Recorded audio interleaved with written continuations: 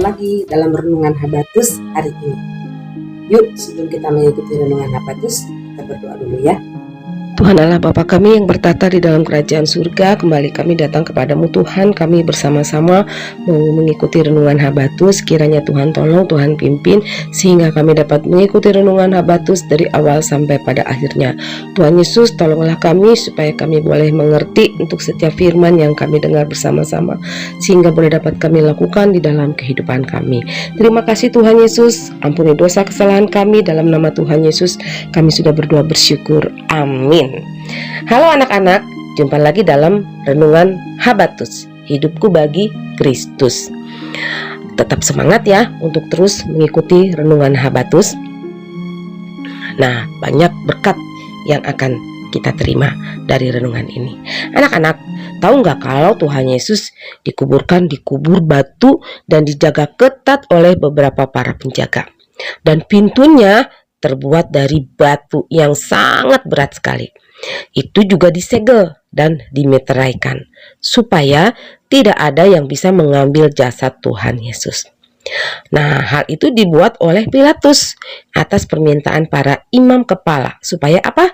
Supaya tidak ada berita tentang kebangkitan Tuhan Yesus. Apakah mereka bisa menahan kuasa kebangkitan Tuhan Yesus? Mereka tidak bisa menahan kuasa kebangkitan Tuhan Yesus. Seperti pembacaan Alkitab kita hari ini yang diambil dari Markus 16 ayat 1-8, kita akan sama-sama baca ayat 6. Tetapi orang muda itu berkata kepada mereka, "Jangan takut, kamu mencari Yesus orang Nazaret yang disalibkan itu. Ia telah bangkit. Ia tidak ada di sini. Lihat, inilah tempat mereka membaringkan Dia." Nah anak-anak, di dalam Alkitab dikatakan bahwa setelah hari Sabat berlalu, Maria Magdalena, Maria ibu Yakobus, Salome, dan Yohana datang ke kubur Tuhan Yesus. Mereka datang pagi-pagi sebelum matahari terbit. Mereka membawa rempah-rempah untuk meminyaki jenazah Tuhan Yesus sesuai adat atau kebiasaan orang Yahudi untuk menghormati orang yang sudah meninggal. Mereka tahu bahwa kubur Tuhan Yesus ditutup dengan batu yang sangat besar. Nah, di dalam perjalanannya mereka berbicara satu sama lain. Siapa yang akan menggulingkan batu itu bagi kita dari pintu kubur? Anak-anak, tahu apa yang terjadi? Sebelum para ibu-ibu itu sampai ke kubur Tuhan Yesus, mereka masih dalam perjalanan. Terjadilah gempa bumi yang dahsyat di tempat Tuhan Yesus dikuburkan. Boom! Apa yang terjadi anak-anak? Ternyata gempa itu terjadi karena ada malaikat Tuhan yang turun dari langit dan menggulingkan batu penutup kubur Tuhan Yesus, dan malaikat itu duduk di atasnya. Ibu-ibu yang sudah sampai ke kubur itu pun terkejut karena pintu kubur Tuhan Yesus ternyata sudah terguling.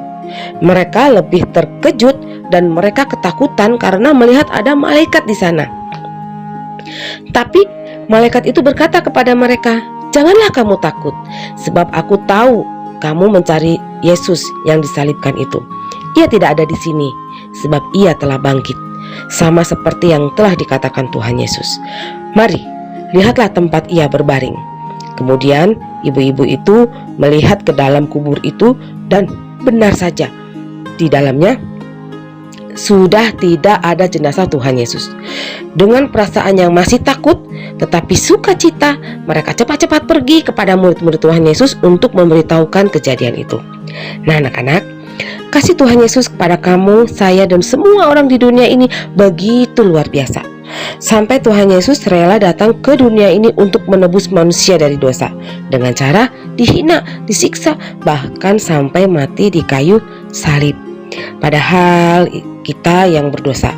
Ingat Roma 3 ayat 23. Semua orang adalah berdosa dan telah kehilangan kemuliaan Allah. Tapi Tuhan Yesus yang begitu mengasihi umatnya, Dia yang tidak berdosa dibuat menjadi berdosa. Dan dalam kematiannya Dia bangkit pada hari yang ketiga. Dia hidup kekal selama-lamanya. Dia berkemenangan. Nah anak-anak, maukah kamu dan saya yang sudah percaya untuk terus setia taat pada kasih Tuhan Yesus, sehingga dalam kehidupan kamu, saya mau terus memuliakan Tuhan agar hidup kita bagi Kristus. Mau ya anak-anak? Habatus hidup aku bagi Kristus. Untuk anak-anak yang belum percaya, Yohanes 14 ayat 6. Kata Yesus kepadanya, akulah jalan dan kebenaran dan hidup. Tidak ada seorang pun yang datang kepada Bapa kalau tidak melalui aku. Puji nama Tuhan, mari kita berdoa. Terima kasih Tuhan Yesus untuk firman yang sudah kami dengar bersama-sama. Kiranya Tuhan yang memberikan kekuatan iman kepada kami untuk kami terus bertumbuh di dalam Engkau, sehingga dalam setiap kehidupan kami mau memuliakan Engkau. Terima kasih Tuhan, ampunilah dosa dan kesalahan kami. Hanya di dalam nama Tuhan Yesus kami sudah berdoa bersyukur. Amin. Tetap semangat mengikuti renungan Habatus ya. Tuhan Yesus memberkati. Dadah. Habatus